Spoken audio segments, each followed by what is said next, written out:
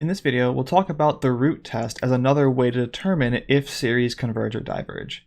So the next test we have to deal with is that of the root test, and it basically has the same ideas as the ratio test, but does it with roots instead of ratios, and we'll see examples of series where this test is easier to apply than the ratio test because of how it's structured. The root test says the following. We want to let a and b the series we're trying to analyze again, and we assume this limit exists now. Instead of the ratio, we're looking at the limit of the roots. So t is going to be the nth root of the nth term in the series, and I want the limit as that goes to infinity, and I assume that limit exists. Then what happens? Well, the results are basically the same as the ratio test. So if t is less than 1, then my series converges absolutely. Note again here, this t cannot be negative because it's a limit of positive numbers. So it's bigger or equals 0. If it's less than 1, then this series will converge absolutely. If t is bigger than 1, then just like the ratio test, this series will diverge.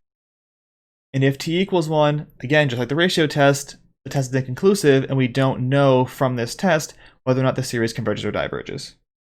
And again, with an inconclusive test, you need to do more work to figure out what's going to happen if the series actually converges or diverges.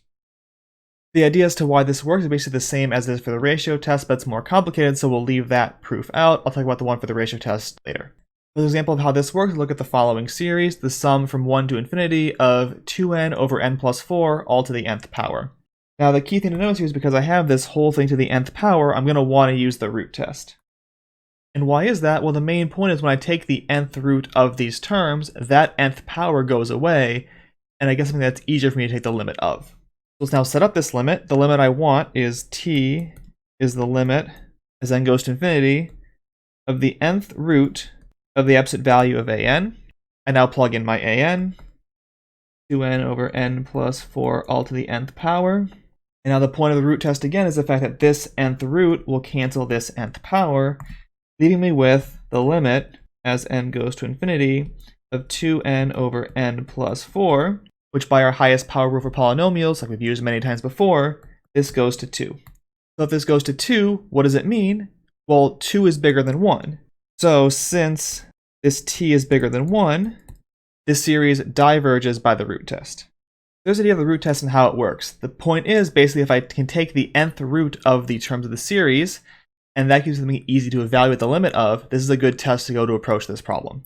We saw an example here where you have an expression in n that's then raised to the nth power. If I then take the nth root, I just get the expression inside, and that I can take the limit of just fine and see what happens. If the limit's less than 1, I get absolute convergence. Bigger than 1, I get divergence. And equals 1, I get inconclusive tests again, which we'll have to do other work to figure this out. So that's the root test and an idea of how it works to help you determine if series converge or diverge.